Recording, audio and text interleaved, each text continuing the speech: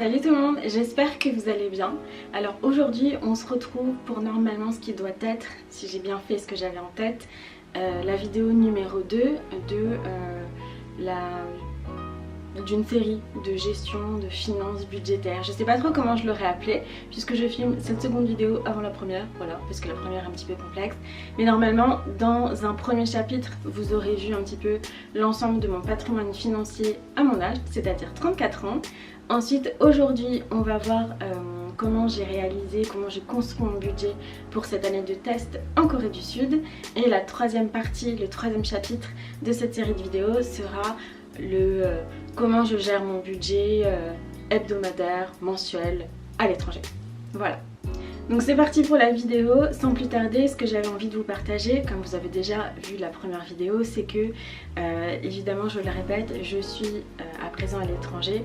Je me suis octroyé une sorte d'année sabbatique test à l'étranger pour pouvoir savoir et définir à la fin de cette année, enfin quelques mois avant quand même, si voilà, je m'installe définitivement à l'étranger ou si je reprends le petit cours de ma vie, soit en France, soit même pourquoi pas dans un autre pays. Voilà. Trop faire durer le suspense parce que c'est pas trop mon truc.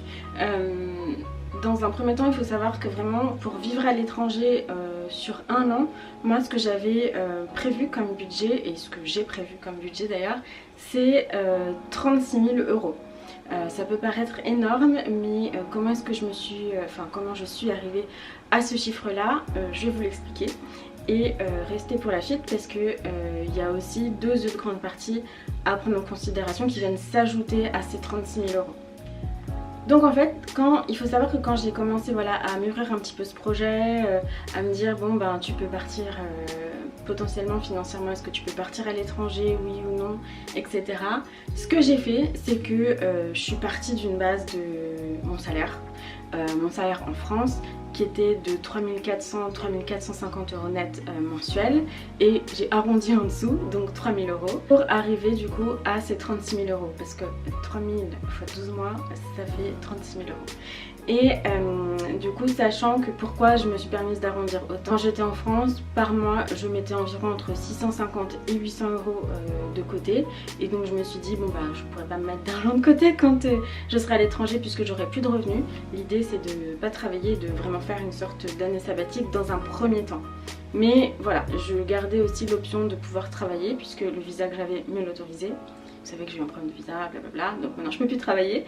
Mais en tous les cas, c'était aussi une option si à un moment donné je manquais un petit peu d'argent. Si on prend un budget vraiment mensuel, donc 3000 €, il faut savoir que la moitié part déjà dans ce qui est mon loyer, puisque comme voilà, on est sur une année de test, j'ai évidemment pas quitté mon appartement à Paris, donc il faut que je paye ce loyer là. Il faut aussi que je me loge dans ce petit appartement que j'adore ici, donc je paye aussi un loyer avec les charges qui vont avec, etc. Je me garde aussi une marge de sécurité, évidemment. J'ai fait tous mes calculs très larges parce que je me suis dit que s'il se passait quoi que ce soit, j'avais besoin d'être hyper à l'aise, hyper sereine dans le fait de prendre un billet d'avion la veille au lendemain pour aller à Cannes parce que je sais pas, mon fils ça va pas, ou parce que en ce moment mon appartement dont je suis propriétaire à Cannes est loué, mais du jour au lendemain si la locataire pose son préavis et que l'agence met du temps à retrouver quelqu'un d'autre, en attendant il faut que je paye aussi mon crédit vu que ce sera pas couvert par un loyer.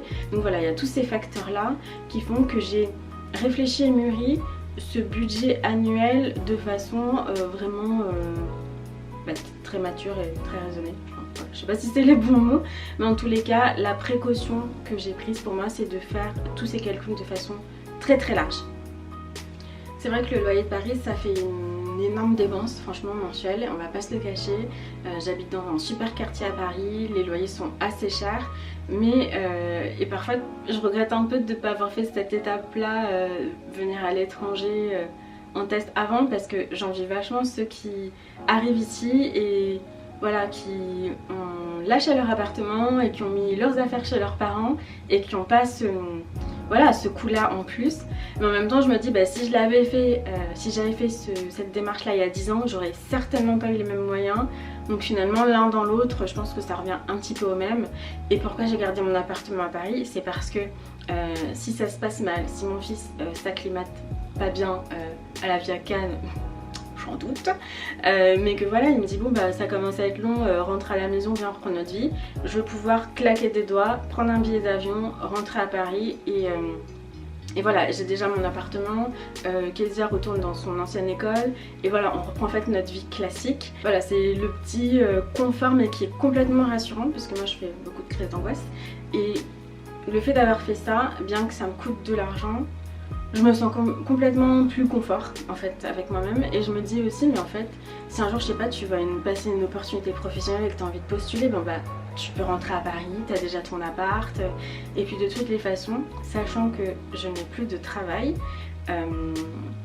déjà que c'est compliqué de trouver un appartement à Paris, mais si en plus j'ai pas de travail, je vois pas comment je peux rentrer en France et trouver un appartement en 2 temps 3 mouvements. Voilà, ça me paraissait un petit peu trop compliqué, d'où le fait d'avoir fait ce choix qui pour moi voilà est en fait le choix le plus réfléchi que je pouvais faire et avoir en fait, voilà. Donc voilà pourquoi j'ai gardé mon appartement. Aussi, autre point important, c'est que on entend souvent que à Séoul, quand on est étudiant, qu'on a un petit jeune qui vient pour un PVT ou autre, on peut vivre avec 1 000 € par mois tout compris, c'est-à-dire vraiment loyer, la vie, la bamboula, tout à l'intérieur. Moi j'ai bien pris en compte voilà, ce chiffre qui est de 1 000 €, mais c'est pas celui que j'ai intégré moi dans mon calcul parce qu'en fait je suis pas une petite jeune qui vient faire la fête etc. Donc j'ai un mode de vie qui est un petit peu différent, même si cette année voilà va falloir que je fasse attention parce que j'ai aucune rentrée d'argent et ça là c'est ça va faire le 3e mois où j'ai plus de salaire à la fin du mois et ça me fait très bizarre, je me sens pas très bien par rapport à ça. Voilà, va falloir que je fasse attention, mais quand même je suis pas non plus une jeune de 20 ans qui vient sortir et faire la fête en boîte, voilà, en pleine insouciance. Il y a aussi mon fils, voilà, même s'il n'est pas avec moi, c'est important que je subvienne aussi à ses besoins. Donc ce que j'avais prévu c'est 300 € par mois pour Kezia. Donc le premier mois en mars quand je suis partie, j'ai donné directement des espèces à ma maman et en fait elle m'a dit en fait quand on a besoin ou quand il n'y a plus d'argent on te dira. Donc ça va peut-être pas être 300 € par mois, mais en tous les cas moi c'est ce que j'ai chiffré dans mon budget et je pense que c'est assez raisonnable. Là il va y avoir l'été, si voilà, il veut faire un stage de natation, de basket parce que voilà il aime bien. Il était aussi avant qu'on parte au conservatoire à Paris où il faisait de la guitare classique, donc s'il a envie voilà, de reprendre toutes ces activités là, c'est certainement pas à mes parents de payer mais c'est à moi. Donc et voilà, on sait très bien que jouer d'un instrument de musique ça coûte assez cher, voilà, donc moi j'avais prévu en tout cas 300 € par mois. Ensuite il y a toute une série de petits frais comme ça que j'appelle autres mais essentiels, que j'avais un peu oublié dans les tout premiers calculs que j'avais fait, c'est-à-dire que par exemple quand j'étais en France à Paris, le prix de ma mutuelle par exemple, de la mutuelle ou de mon transport c'était payé, ça passait directement dans mon salaire, du coup j'avais pas l'impression de le payer vraiment, sauf que là j'ai dû le rajouter dans mon budget puisque c'est quelque chose maintenant que j'ai payé entièrement de ma poche, sachant que du coup je paye une mutuelle en France pour Kezia et une mutuelle, alors en France pour Kezia et pour moi aussi parce qu'en fait j'ai découvert qu'on ne pouvait pas prendre une mutuelle uniquement pour un enfant, voilà. Donc je paye un petit peu plus cher, je paye une mutuelle famille alors que moi je suis pas sur le territoire. Mais bon, peut-être que ça pourra me servir si je rentre en France me faire un détartrage ou un truc comme ça. Et j'ai pris aussi une assurance santé ici pour 1 an et elle m'a coûté précisément 450 €. Donc par mois ça fait, je vais calculer, 37,50 € par mois. Donc ça je l'ai pris en compte dans mon calcul. Ça je m'étais prise assez tôt parce que cette assurance là je l'ai prise début 2023, c'est pour vous dire. Donc voilà, je l'avais payé tout d'un coup. On pouvait payer je pense en mensuel, mais bon j'avais payé tout d'un coup pour pas avoir d'autres mensualités parce que ça c'est un truc que je déteste. Les paiements plusieurs fois, avoir plein de prélèvements qu'il faut que je vérifie. Depuis que je me suis fait arnaquer par la SFAM, souvenez-vous, je fais plus ce genre de truc. Voilà, j'ai plus envie d'éplucher mon compte bancaire. Donc c'est pour ça que vous verrez dans la troisième partie de la vidéo, enfin de ce cycle de vidéos, que je gère la majorité, 80% de ma vie en espèces. Voilà, c'est beaucoup plus sûr. Donc ensuite dans les petites dépenses essentielles, vous avez le forfait de téléphone, le forfait de transport, etc. ici. D'ailleurs ça me fait penser que j'ai enfin trouvé la solution pour mettre en pause mon forfait téléphonique français. Donc moi je suis chez SFR, sachez que mon forfait téléphonique est hyper cher. C'est 55 €. Et à côté de ça, je paye aussi mon abonnement internet avec SFR à 45 €. J'ai aussi l'électricité que je paye 25 €. Il y a plein de dépenses comme ça que j'essaye au fur et à mesure de réduire puisque voilà, ça fait à peu près 2 mois et demi que je suis là. Et voilà, j'ai trouvé comment mettre en pause en tous les cas mon forfait téléphonique. Donc ça va me coûter 4,50 € par mois. Je peux le faire maximum 6 mois. Mais au moins ça me permet de conserver mon numéro.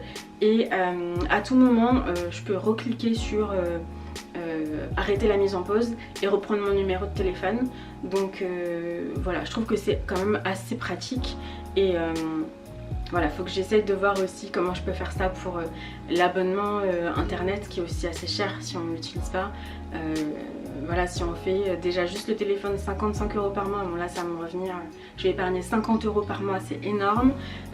Si j'arrive aussi à épargner 45 € par mois, c'est aussi énorme. Je me demande même s'il faudrait pas que je résilie parce que je pense que ce serait plus simple. Et voilà, ça fait déjà quand même une centaine d'euros aussi d'économiser. Sur un an, ça peut représenter voilà 1000-1200 €. Donc ça c'est franchement énorme. Donc voilà, je suis toujours en train de regarder ces petits trucs là. Et sachant que je paye, alors pas la même chose ici en Corée du Sud, mais je paye aussi mon téléphone, j'ai les charges, l'eau, l'électricité, avec la climatisation aussi. J'ai pas de télévision donc j'ai pas de taxe sur ce truc là. L'abonnement de transport, mais je crois que je l'ai dit. Et globalement tout ça est beaucoup moins cher qu'à Paris. Donc ça fait que le budget que j'ai prévu de 3000 € par mois, je pense que je vais pouvoir encore faire des économies, mais on en reparlera dans le chapitre 3.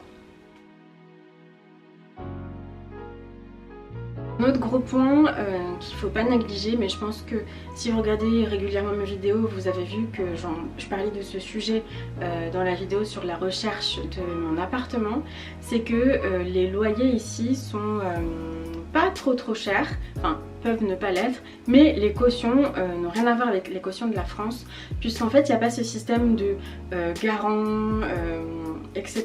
Donc en fait les cautions elles sont vraiment très élevées. Le minimum qu'on peut trouver un petit peu sur le marché, sur voilà, des locations un petit peu classiques pour des studios, ça va tout de suite être 3000 €. Donc c'est un petit peu beaucoup. Et bien sûr si vous augmentez votre caution, le loyer va être un petit peu moins cher. Vous pouvez toujours négocier en fait avec et votre agence immobilière et votre propriétaire, enfin l'agent immobilier qui fait le lien avec le propriétaire. D'ailleurs moi je vous conseille de plutôt passer par une agence, c'est encore mieux. Parce qu'en fait les frais d'agence ici c'est même pas 200 €, c'est presque rien. Donc voilà. Donc l'avantage ici c'est que vous avez, c'est un peu la galère pour, quand on est en France, pour un étranger voilà, de louer un appartement s'il n'a pas de garants qui sont sur le territoire. Ici la Corée du Sud, franchement c'est un avantage, c'est-à-dire que tout le monde peut venir, on vérifie même pas tes papiers, t'as pas donné tes bulletins de salaire, on s'en fiche que tu as un travail ou pas, tu peux louer un appartement dans la journée si tu le souhaites. Voilà, du temps que tu as l'argent. Donc moi ce que j'avais prévu et ce que je vous disais dans cette fameuse vidéo, c'est que j'avais prévu 15 000 € en plus de ces 36 000 € pour payer la caution.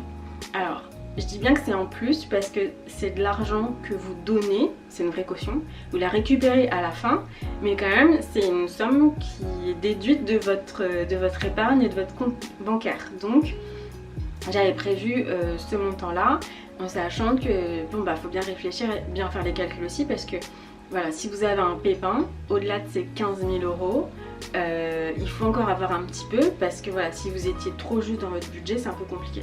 Donc moi, comme je vous l'ai dit, j'ai vu très large, donc 36 000 euros pour vivre dans le quotidien, on va dire, la vie quotidienne, 15 000 euros pour la caution, et ensuite encore un petit peu d'argent parce que voilà, il faut que je sois aussi raisonnable, c'est-à-dire que si ça marche pas pour moi ici et que je dois rentrer en France, et bien en fait j'ai démissionné de mon précédent travail parce que j'étais pas éligible à une année sabbatique puisque ça faisait 1 an et demi que j'étais là-bas. Donc c'est-à-dire que si je rentre en France, je n'aurai pas de revenus tant que j'ai pas trouvé de travail. Je pense normalement dans le secteur, mon travail, enfin etc. Je peux trouver en 3-4 mois, mais ça veut dire que pendant 3-4 mois, j'ai calculé qu'il me faudra aussi de l'épargne en fait pour vivre normalement. Je vais pouvoir compter que sur moi-même, donc voilà, j'ai prévu aussi une petite enveloppe budgétaire pour voilà, si je dois revenir en France et que je travaille pas. Et admettons que je rentre en France au bout d'1 an, c'est-à-dire que j'aurai plus les 36 000 euros. Bien évidemment, j'aurais récupéré les 15 000, donc ça je serais trop contente. Mais en fait, j'ai prévu encore une autre somme parce que je me dis que si je rentre, c'est la particularité ici, si ton agence immobilière ne trouve pas de remplaçant pour reprendre ton bail avant, alors normalement les bails ici c'est de 2 ans, mais tu peux te trouver exceptionnellement pour 1 an. Tu es obligé de payer ton loyer en Corée du Sud jusqu'à la fin du contrat initial. Donc ça veut dire que tant que tu n'es pas allé au bout du contrat, tu ne peux pas récupérer ta caution. Même si tu es rentré dans ton pays. Donc en fait, je me dis, attends, j'ai réfléchi. Donc, exemple, je rentre en France, je pars au bout de 10 mois alors que mon contrat est de 12 mois.